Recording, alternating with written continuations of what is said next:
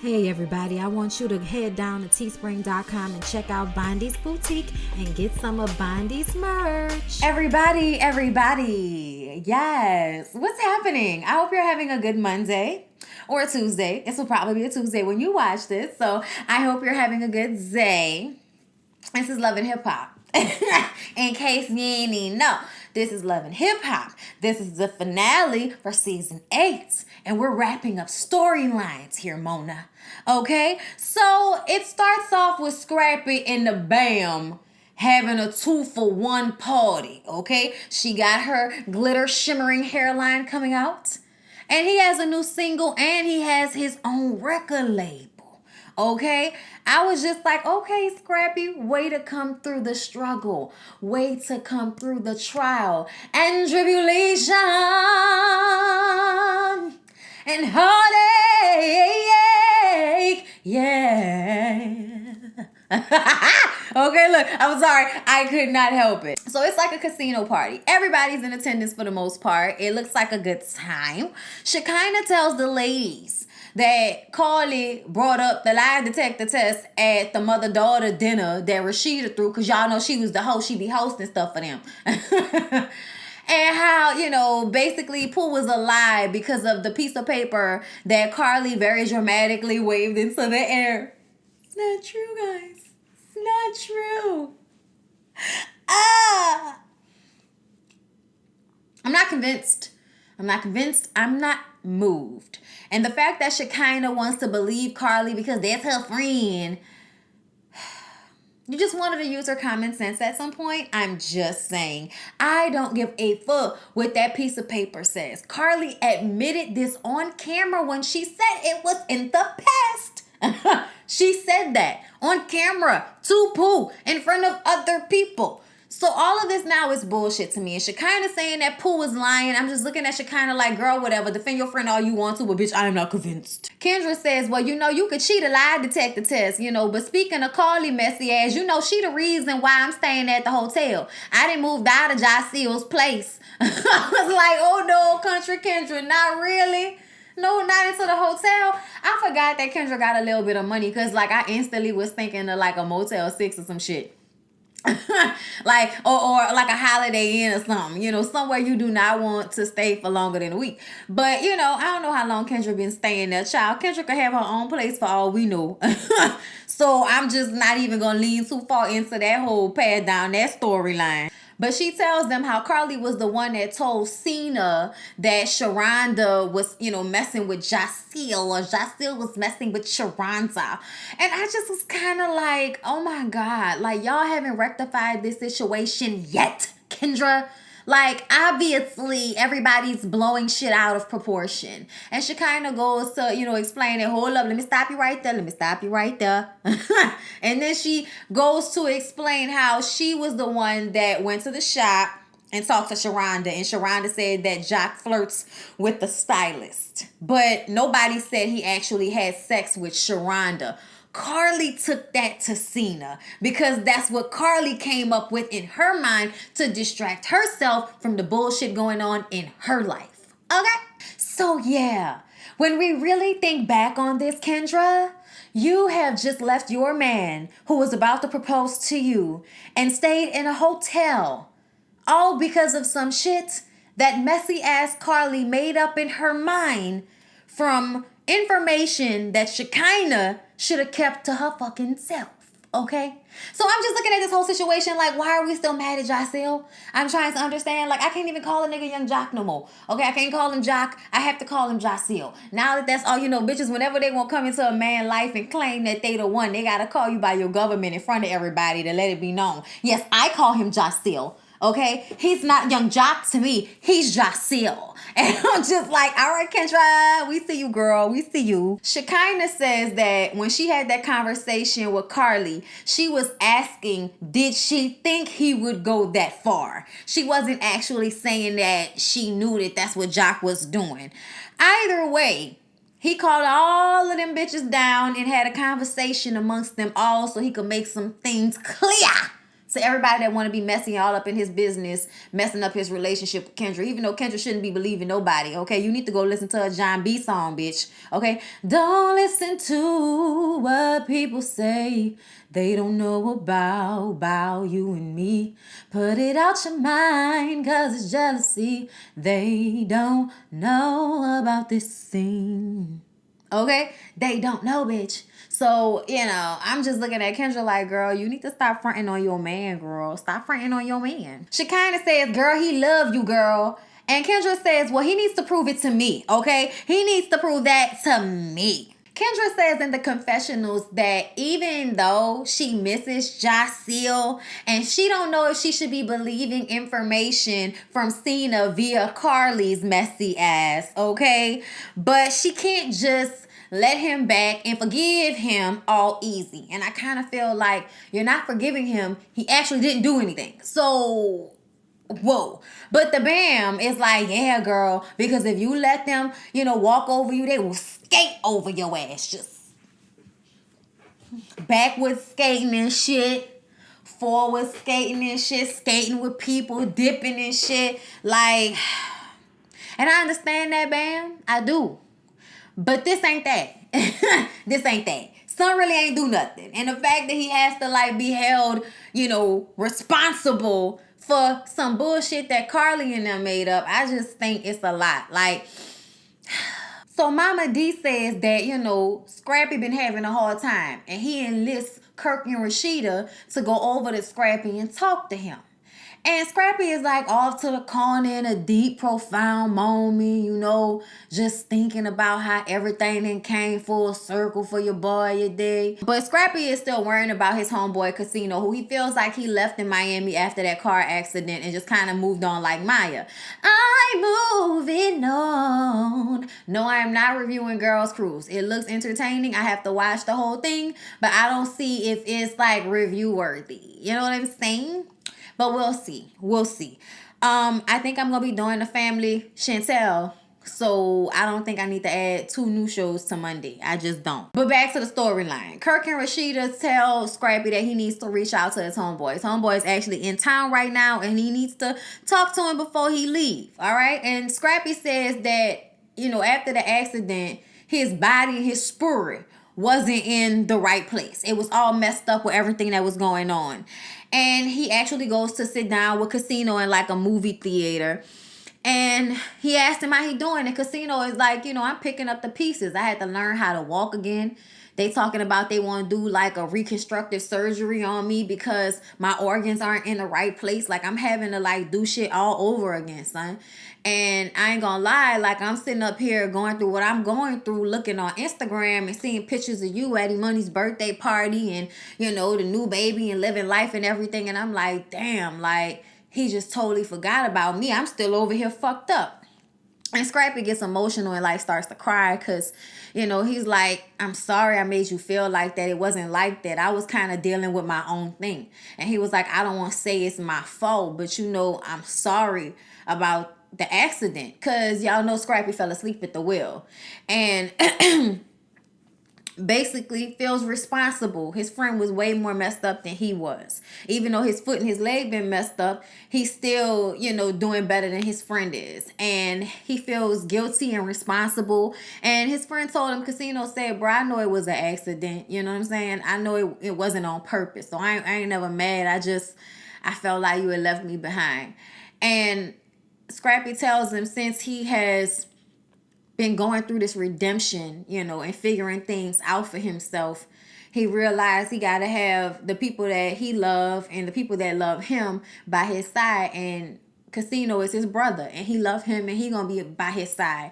And Casino was like, it ain't even about no money. You know what I'm saying? Don't, say that shit like you about to take me with you out the hood. It ain't even about that. You know what I'm saying? It's just knowing that the love is still there because, you my boy, and it's happened and nigga kind of felt abandoned.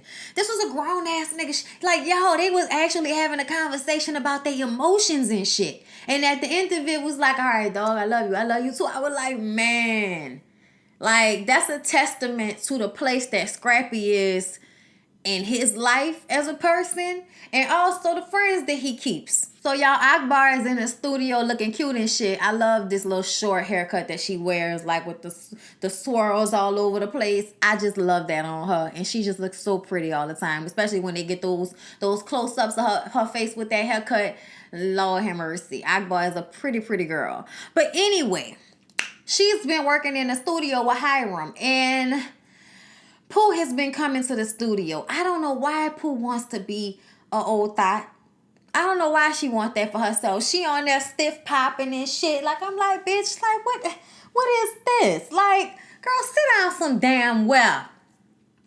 You ain't got nothing to do with the house. Like, I just kind of feel like she does the most to be around people so much younger than her. And it's just kind of sad, I feel like. Shay Mack comes in and they begin a conversation about Spice and how Akbar and Spice have come, to peace with one another. They're connecting. They've decided to do a song together, and it's cool. Everybody has good things to say about Spice. Spice is cool. She's very loyal, and Akbar respects that. So she's looking forward to doing a song and hoping that there's no drama. And there obviously won't be. There won't be. I think once it's been squashed, it's been squashed. Unless Akbar feel like tripping or showing up late again. But I know Spice is about her business. So Shay tells them that she apologized to Carly. This is a long time ago, but I guess she hadn't had this conversation with Pooh since, she had everything she had going on. And I'm sure she felt some type of way about Pooh sending her to do her dirty work, but you can't really be mad, bitch, because, you a human being. You ain't got to be a puppet. Like, you don't have to be a puppet. It's like you chose to be a puppet, okay? And Pooh says, why would you do that? Why would you go and apologize to her? And Shay is like, because, girl, we did that at her engagement party, and I feel like that was still fucked up. And, after that kind of messed up my business. And Akbar was like, oh, you was fired. She was like, girl, I had a dry spell, okay? I'm just not getting my money back up. I ain't got time for all of that. Then Pooh says that the last time she saw Carly was at the mother-daughter dinner, and how everybody got into it, and Carly pulls out the fake, lie detector test, and how she can't be trusted, and she's starting to go off. And Akbar is like, can I tell you something, friend? Can I be honest with you? I said, yes! Come at it correct.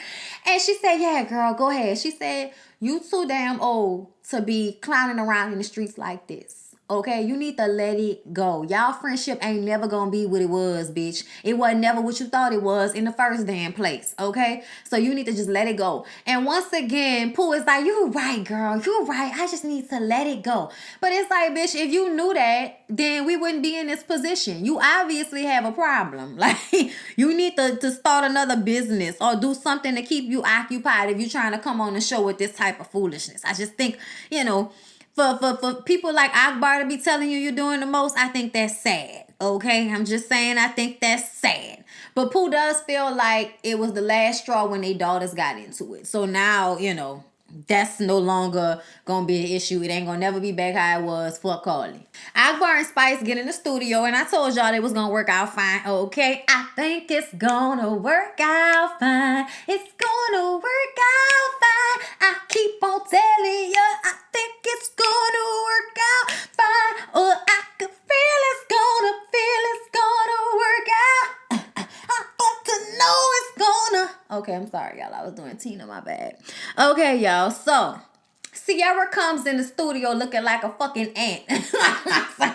I'm sorry, y'all. Why is everybody's face starting to do the same thing where everybody's like a fucking Muppet baby?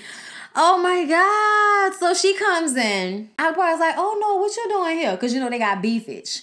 We didn't see it on camera. At least I don't remember. But Sierra supposedly said some things about Akbar's mothering along with the things that Shekinah said. I guess everybody's talking about Akbar's mothering. But either way, Sierra said she was dead wrong on multiple fronts. And she just wanted to come and tell her that she's sorry and she loved her. And of course, they've been through the mud together. They grew up together. So they real friends. So Akbar gonna forgive her because she know that bitch love her. All right? But okay? You better stay within them lines, bitch, okay? So, y'all, Carly goes over to Mimi's, and Ty is back in town.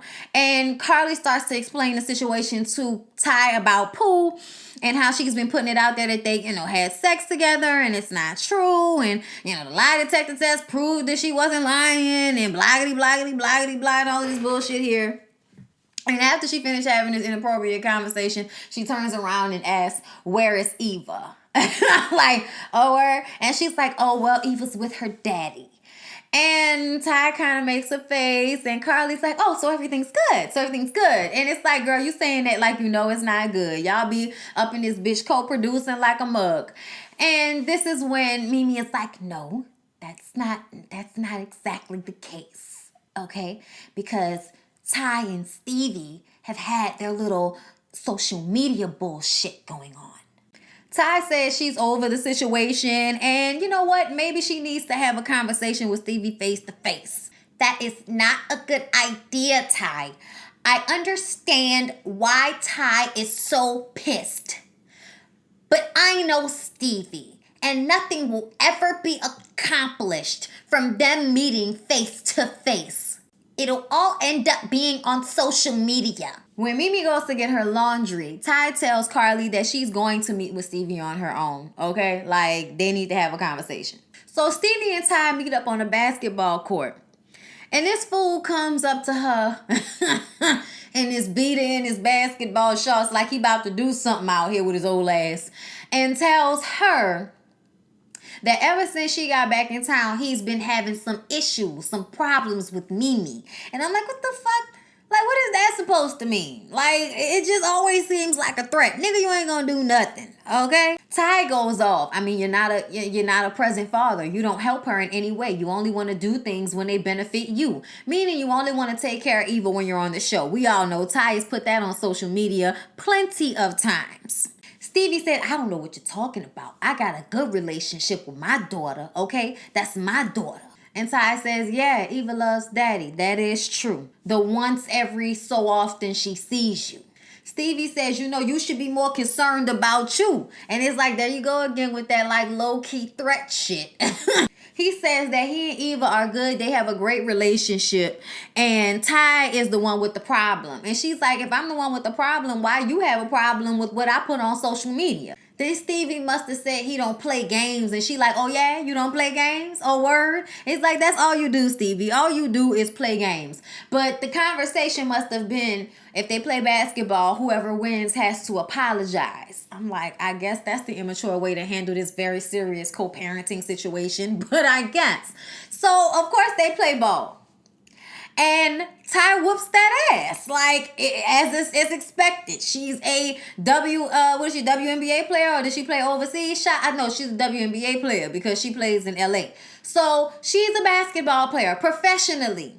The fact that Stevie's old ass thought he was going to be able to hang with her was hilarious to me. She washed that ass easily. She had a sweatshirt on the whole time. And when they were done and she had won, he was like, "Oh, I just let you win." Sweating his ass off. When I tell you that girl hadn't even broke a sweat, she was like, "Okay, Stevie." And then he never apologized. He gonna put some shit on Instagram talking about "Welcome to the Danger Zone, girls." What the fuck is the Danger Zone, girls? Where's Estelita? Like, fuck out of here with that. But if Ty had lost, she was supposed to be wearing pumps and a miniskirt. And he mentioned that in a comment talking about, she need to guard her post before she end up in those pumps and that miniskirt. And I'm just like, Stevie, that is so sexual harassing. Like, that's just so out of pocket. That girl is not sexually attracted to you. And see, you niggas like you work on my nerves because y'all feel some type of like, you feel like you're being accosted at the fact that somebody don't want to fuck you. And I'm sure that there have been girls who you have turned out, Stevie. I am sure of it.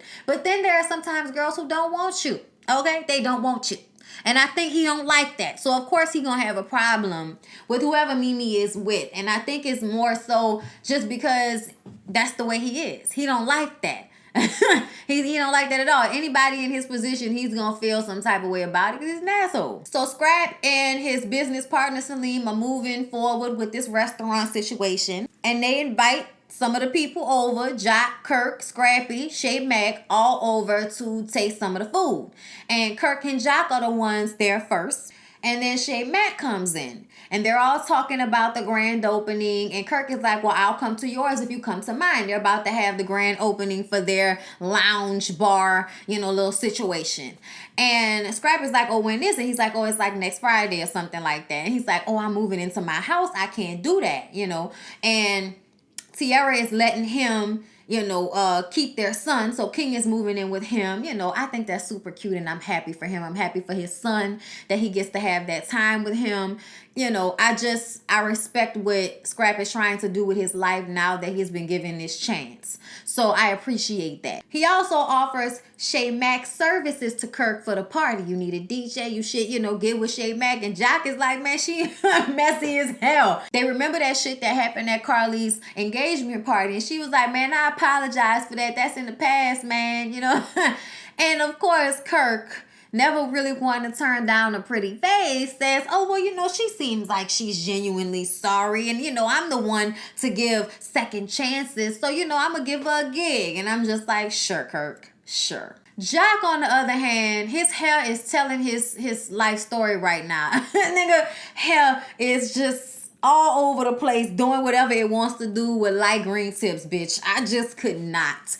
And, they're like, man, what's wrong with you, bro? Like, man, look, I just got a lot on my mind right now. Y'all know he's still going through it because Kendra is staying in a hotel. So he's walking out the restaurant and Scrappy is walking up. And, Scrappy was like, oh, man, I'm glad I saw his sad face ass. I got something I know gonna make him feel better. Because he can, it's written all over his face. You don't have to say a word. Sorry, y'all. That's the jam. Tell them what to do. But anyway, so Scrappy tells him that the BAM told him that your girl Kendra said that she missed Jock. So Jock got a little happy. He was like, yeah, man, you need to go handle up on that, man. Get your old lady back, man. So now that Jock knows that Kendra misses him, he knows that he's open for the end. He just got to figure out what he gonna do. So it's an early grand opening for the bistro. And Mama D is so excited. Her and KK are sitting there talking about it. And Mama D is going off about the ambiance, girl. Everything. It just feels wonderful. It's beautiful. It's a phenomenon. I said, girl, I'm going to need for you to figure them words out. Because I know you didn't mean phenomenon. I know you got ambiance right though, Mama D. I'ma leave it alone. But KK was looking at her like, bitch, if you don't calm down.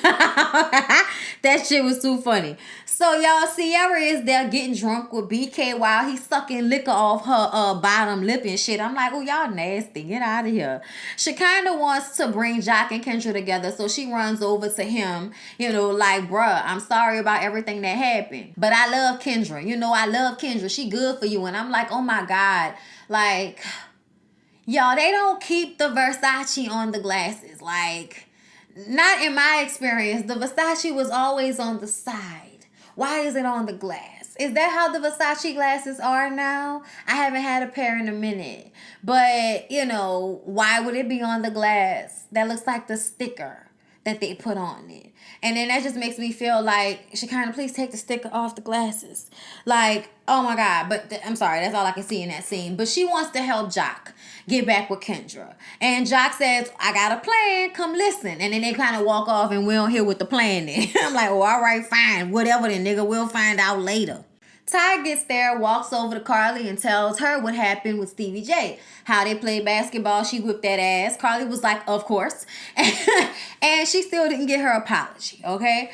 And Rashida and Mimi are sitting at a booth behind them. And she's like, come on, let's go over there before she come over here. And as soon as they get to the table, Mimi is like, what were you guys talking about? Like, what was happening over there? And Ty is like, girl, oh, nothing. And then before they could really delve into that, here come Sierra coming over, telling them, girl, guess what? BK just told me that he's taking me to Paris for my birthday. And they like, wait a minute, BK? Wait a minute, Beijing BK? I thought y'all broke up. And she, well, girl, you know, love has its ebbs and flows, its ups and downs, its ins and its outs. I'm like, Sierra, we get the fucking point, girl. Y'all together. Then she started going off about Pooh. You know, Rashida asked her for some reason, co-producing.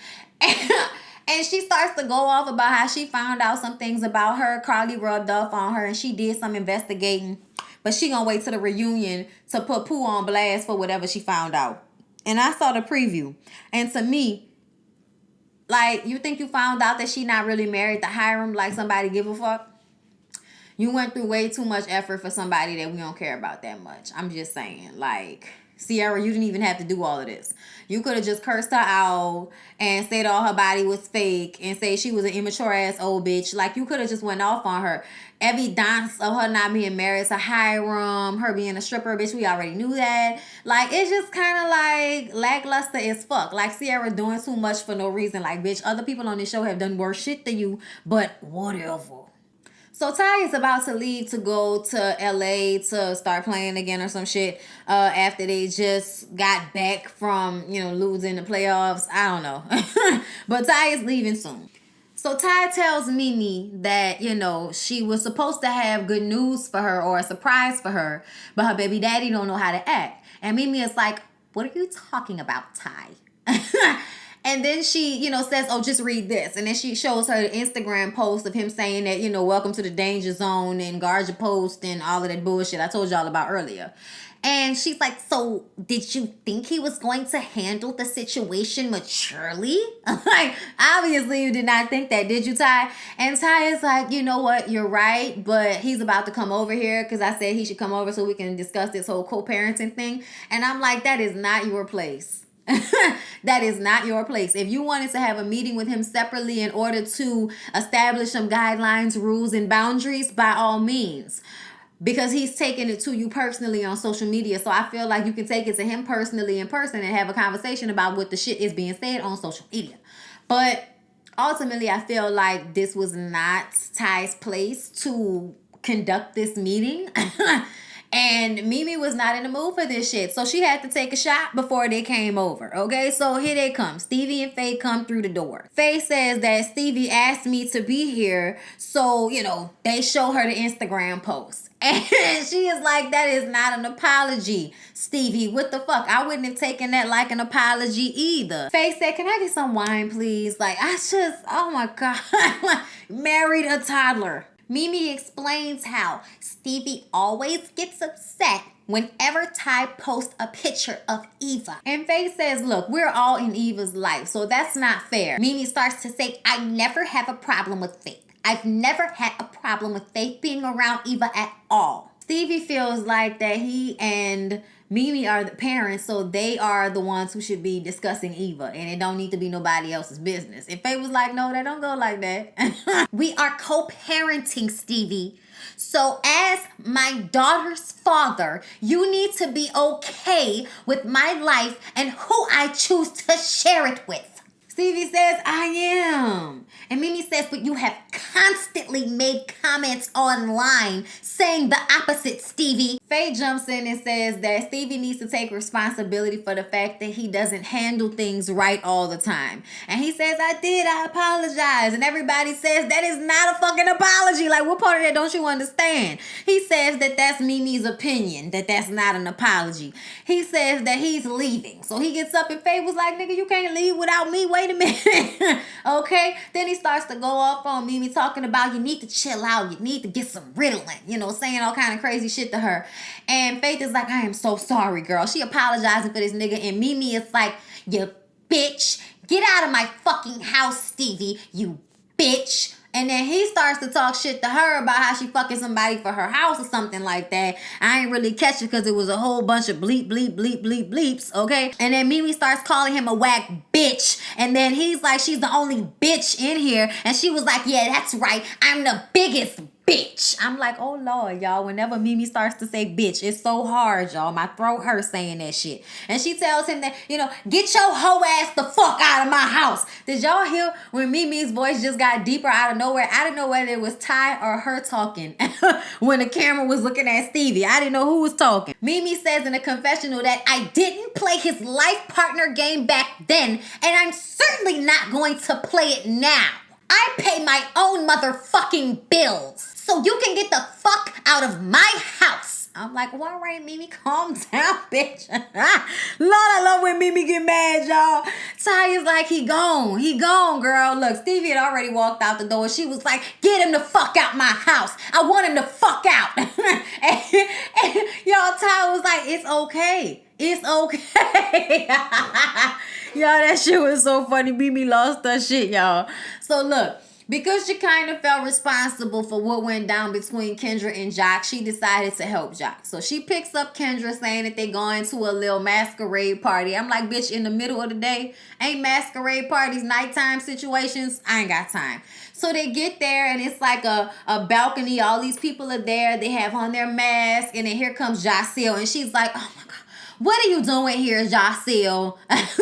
And he's like, why it's gotta be all of that? And she was like, we're in this situation because of you, okay? And he's like, man, look around. Everybody around here wearing masks. And she's like, yeah, and I'm wearing one because I don't want everybody to see how sad I am. I'm like, damn, girl, we went deep real quick with this one. And then Jacelle said, no, turn around and look at everybody. And, he asked for everybody to take their mask off to support him in this moment. And so she turns around and sees her mom and some of her family members and stuff. She was like, hey, mama, hey. And then she turns back around and then Jock then pulled out the ring. And she's like,